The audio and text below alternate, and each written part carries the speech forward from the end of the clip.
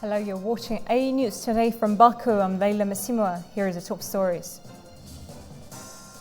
The US will not change nuclear position after Russia lowers their threshold, Washington says. Australia and Turkey are in standoff over which country is better suited to host COP31 in 2026, with neither willing to give up on their bid. Turkey's Bayraktar unmanned combat aerial vehicle achieves a milestone in aviation history.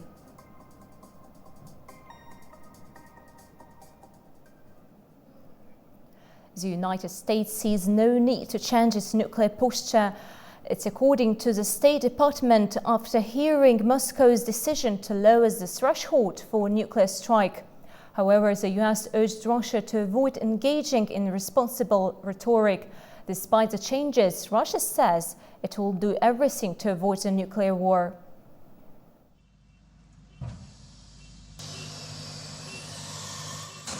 Russia eased the restrictions on using nuclear weapons on Tuesday, expanding it to include more types of attacks.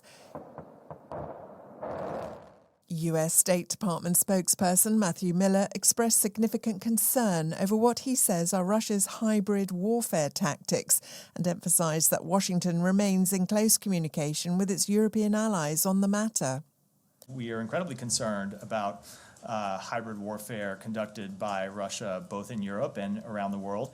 And we have made clear on a number of occasions to Russia that it would be held accountable for it. We have not seen any reason to adjust our own nuclear posture, but we will continue to call on Russia to stop bellicose and irresponsible rhetoric.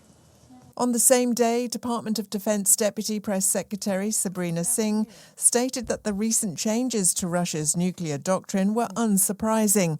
She describes them as consistent with the same irresponsible rhetoric Russia has been employing over the past 2 years. Something that they've been signaling that they intend to update over the last several weeks. We don't have any indications that Russia is preparing to use a nuclear weapon within Ukraine, and we don't see any we don't see any changes that need to be made to our own nuclear posture as well.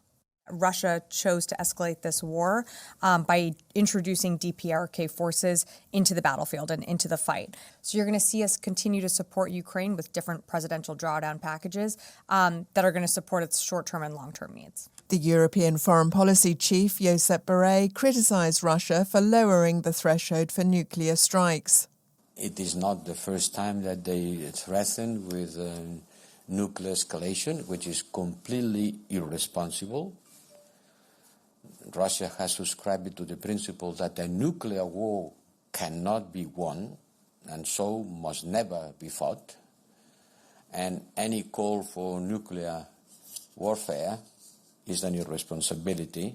Experts caution that these changes in Russia's nuclear doctrine could increase tensions in an already unstable global situation.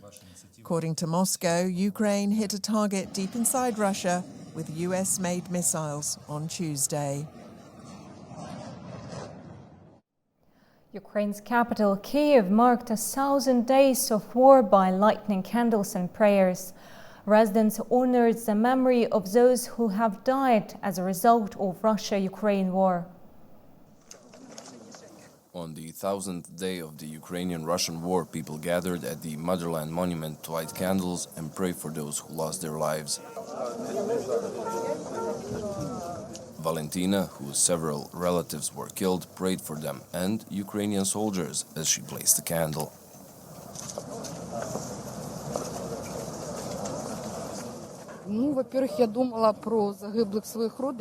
I was thinking of my relatives who died. I was hoping that the end of the war could come as soon as possible. I want our warriors who defend us, our guardian angels, to survive. We support them. I want them to be strong, and I want God to protect them.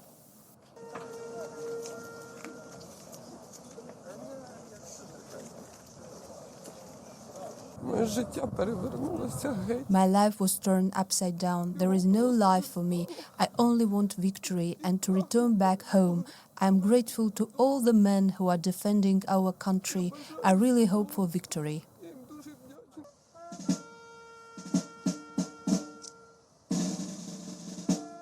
The war has taken a heavy toll, with thousands dead, over 6 million displaced, and a population reduced by a quarter since the start of the conflict. It has brought grief to families across Ukraine, where military funerals are common and people endure sleepless nights with air raid sirens and uncertainty. At COP29 in Baku, Azerbaijan, experts are showcasing ways to restore rivers and combat climate change, pushing for action to secure our planet's freshwater future. India's Yamuna River, once a lifeline for millions, is currently choked with toxic foam, officially declared dead. Such situations highlight the urgent need for global water solutions. One of India's holiest rivers now symbolizes industrial pollution, untreated sewage, and climate-related ecological problems in critical water bodies. Currently covered with chemical foam, the Yamuna River has drawn international attention, underscoring the intersection of water pollution and climate amidst the broader environmental crisis. The Yamuna River tragedy and other water resources around the globe aligns with the recurring theme at COP29, the alarming degradation of freshwater resources worldwide. As of 2022, nearly 2 billion people globally lack access to safe drinking water, according to the UN's Sustainable Development Goal report. At the same time, half of the world's population is facing extreme droughts due to reduced rainfall, affecting water scarcity. This crisis is driven by a combination of climate change, unsustainable water use, and inadequate infrastructure, especially in such regions as sub-Saharan Africa, South Asia, and parts of the Middle East. Well, improving assets is important because in the end, you talk about wetlands, you talk about rivers, you talk about restoration, you talk about desalination, wastewater treatment, water treatment. Anything you talk about is all about water, and we all need that no matter in the world we are. So we definitely need to have those assets built, and we also need to have those restored and protected for the good of our society. For this is our very survival.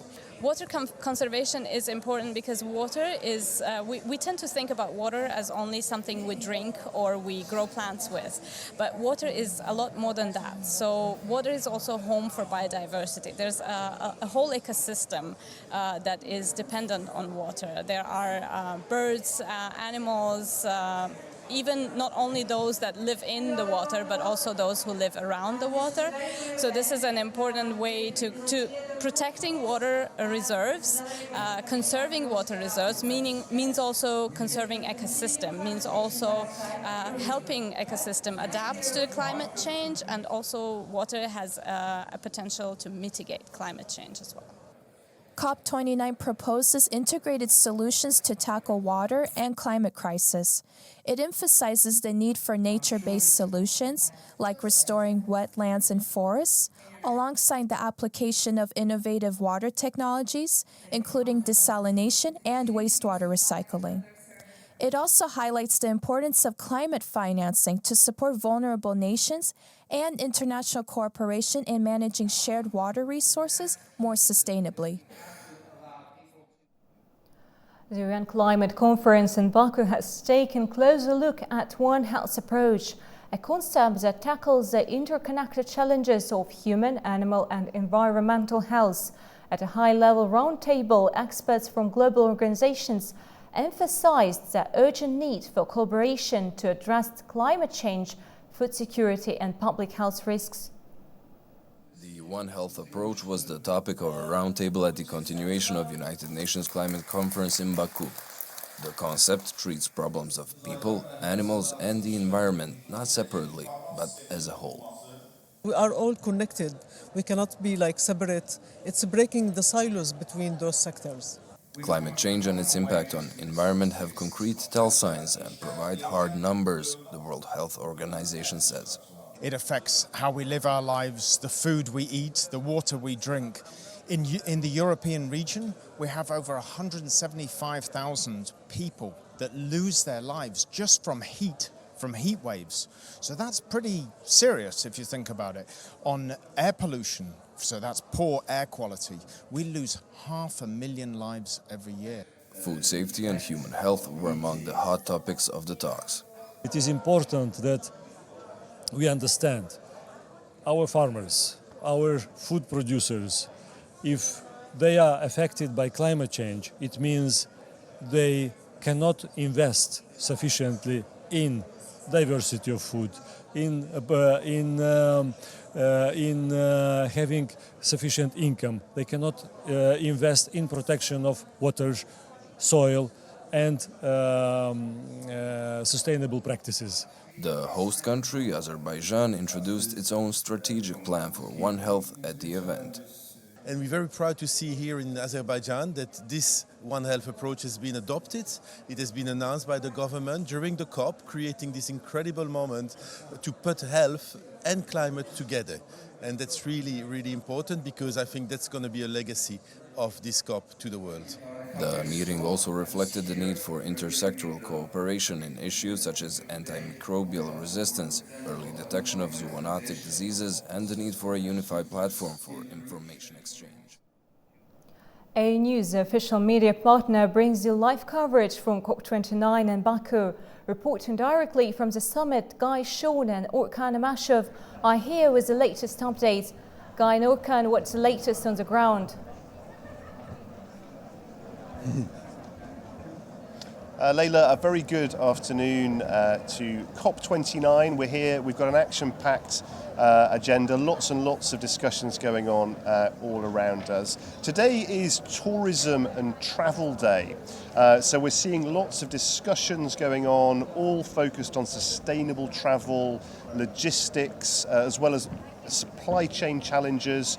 And we're seeing this interesting debate emerge between the need to reform and change the travel sector to really tackle those emissions challenges that everyone's working to, but at the same time ensure that people are able to get together face to face to try and solve some of these problems. So Orkan Amashov, there's a bit of a dilemma going on, isn't there? Yeah, there's a dilemma at the heart of debate here. On one side, we do all recognize, all of us here, is that growth is essential to our future. Connectivity is absolutely key, but at the same time we have to somewhat connect our desire to grow further with the necessity of taking into account having this low carbon, climate resilient, low emission future. I think that those two things have been at the heart of discussions here today. We earlier heard COP29 declaration on enhanced action in tourism sector, of course, and One Health approach, by the way, which was mentioned yesterday, again has been reiterated throughout the discussions today, and the key focus there is that what we human beings cannot consider our health in a very secluded form. By health we understand that our planet must be healthy, animals must be healthy, and human beings. So One Health approach is a very holistic sort of approach to the understanding of what health in general sense of the word actually means. Today's focus is also going to be on particular regions, Central Asia, South Caucasus. I imagine that transport corridors connecting east and west, middle corridor will be discussed very carefully with a particular emphasis on sustainable practices. There's been a particular emphasis on railway system being very eco-friendly, in particular when we talk about electrified railway system. And of course, in the context of Azerbaijan's own commitments also discussed. Azerbaijan is determined to increase its renewable capacity to 30% by 2030 and also reduce its greenhouse gas emissions by 40% by 2050. And within the Karabakh region of Azerbaijan, of course, those green-friendly, eco-friendly practices are being put into practice now. The smart city Arali, I'm sure in one of the events here will be discussed as well. So the reality here is that There is a sense of urgency related to climate crisis, of course, but whilst addressing climate challenge, we should not do anything that would go against our growth-related ambitions. It is perfectly possible to have low-carbon green growth. I think that green growth, low-carbon growth have been discussed here on a number of occasions. It may sound very complicated to many people, but the reality is that if we want to remain healthy as human beings and maintain the health of our planet, and at the same time grow in terms of our economic capabilities, we need to find middle ground. And as long as the negotiations as to climate finance goal are concerned, they are so far proven to be incredibly complicated. We haven't had any particular announcement yet, but as I mentioned yesterday, delay is indeed a distinct possibility. COP practice shows that that will be announced only on Friday, I imagine. I've spoken to a couple of delegates here. The normal practice is that delay is considered, but it is never announced until it should be announced as a matter of supreme criticality. I suppose that will be the case here as well. Thanks, Orkan. So, Leila, delay a distinct possibility for that all-important finance announcement. We'll be keeping tabs on that and be with you every step of the way here at COP29. Thank you, Guy and Orkan, for the latest update. It is the second week of intensive climate change talks at COP29 in Azerbaijan. Next year, COP30 will be in Brazil. However, for 2026, Australia and Turkey are in a race to host COP31. By the end of the week, the host of COP31 in 2026 will be decided, intensifying the debate over who is better suited for the summit, Australia or Turkey.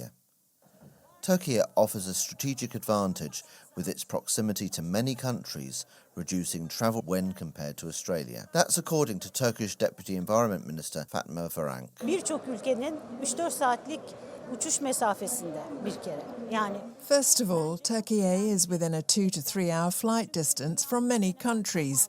I think this is a very important factor because nearly all of the world, every country, goes to there for 15 days because of COP. Türkiye tabii gelişmekte olan ülkelerle gelişmiş. Turkey is a country that can act as a bridge between developed and developing nations. This is very important. Turkey is not a country that has produced and exported fossil fuels until now, and all COPs in recent times have been held in areas where there are countries that export fossil fuels. Australia, a major fossil fuel exporter, is leading climate finance negotiations in Baku whilst pushing to secure the bid to host COP31. The Climate Change Minister, Chris Bowen, says Australian climate change is really impacting the islands in his part of the world. This year I returned to Fiji to meet with climate ministers from across the Pacific, where the impacts of climate change are a clear and present danger, not far away abstractions, where climate change is not seen as a subject for negotiation, but a matter of their very existence. This is a message that the world needs to hear and a reality the world needs to see.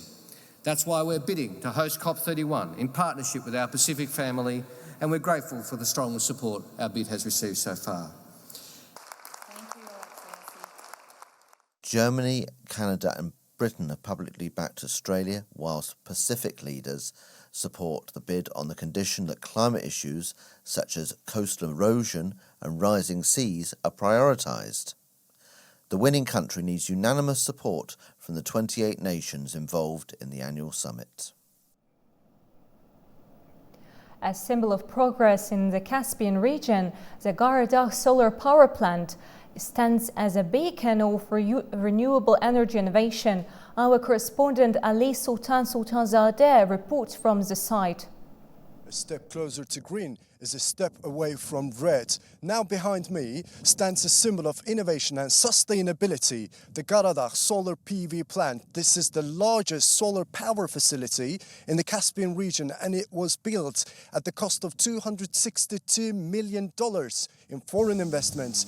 Each year, it generates 500 million kilowatt hours of electricity, and it is enough to power 110,000 homes. Built on a former Gobustan oil site, The 230 megawatt Gadodar plant powers over 110,000 homes and cuts CO2 emissions by over 200,000 tons annually. It connects to the national grid through a 330 kilowatt line to the southern substation. Experts highlight that overcoming challenges will depend on collaboration and open dialogue. As you've seen in the site, it includes more than 500,000 solar panels, and it's being, of course, cleaned by robot. We have more than 600 robots cleaning the panels every day. Azerbaijan is a core market for Masdar, and the Gadodar solar PV project is the first project of Masdar here in this strategic country for us. We've signed an agreement with the Ministry of Energy to develop 10 gigawatts of projects, which include solar PV, onshore wind, offshore, and green hydrogen potential. And the first phase of this 10 gigawatts pipeline came to realization earlier this year, where we signed the project agreements for 1 gigawatts of projects, including 2 solar PV projects and 1 onshore wind project. And during COP29, we've also announced the financial close for the 2 solar PV projects. And we continue working with our strategic partners and stakeholders, the Ministry of Energy, Azar Energy, and of course our strategic partner SOCAR, to advance the development of the 1 gigawatts, as well as in parallel looking to further expand our footprint in the country. We've also signed an agreement with Aqua Power and SOCAR to develop offshore wind, utilizing the potential of the Caspian Sea to generate green power from the offshore wind. Well, the transition of the energy to the green power is a process. It required partnership, innovation, and collaboration. Without these 3 key factors, we will not be able to achieve the goals. However, at the same time, there are certain challenges that need to be addressed. 2 new projects are underway as part of a 10 gigawatt renewable energy deal between Masdar and Azerbaijan. Turkey's Bayraktar drone has achieved a milestone innovation history by becoming the first one to take off and land successfully on a short-deck ship.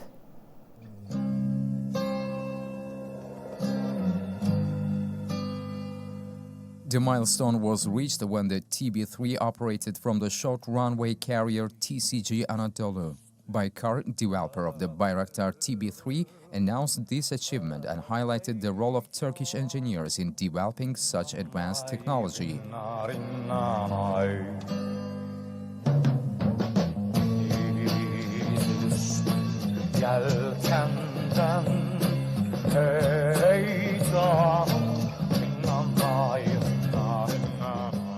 Haluk Bayraktar, Baykar's chief executive officer, attributed this success to the Turkish engineers' commitment to developing the world's best technology.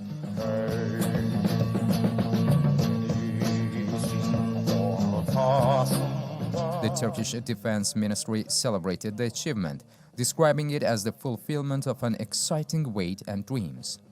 The Bayraktar TB3, which began mass production in October, is expected to enter international markets within 6 months.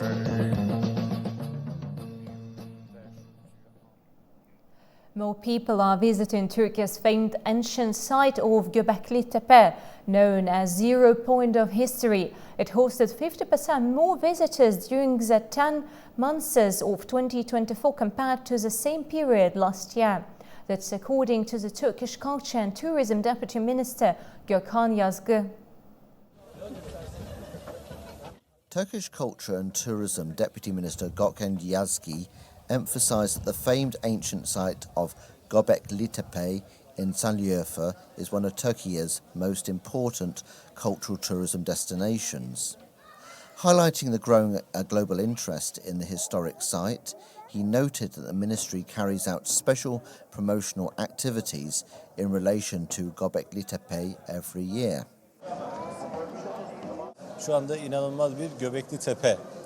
There is currently an incredible fascination with Göbekli Tepe worldwide. Everyone is curious about it. Esteemed scientists who visit often remark that it's far more impressive in person than in photographs.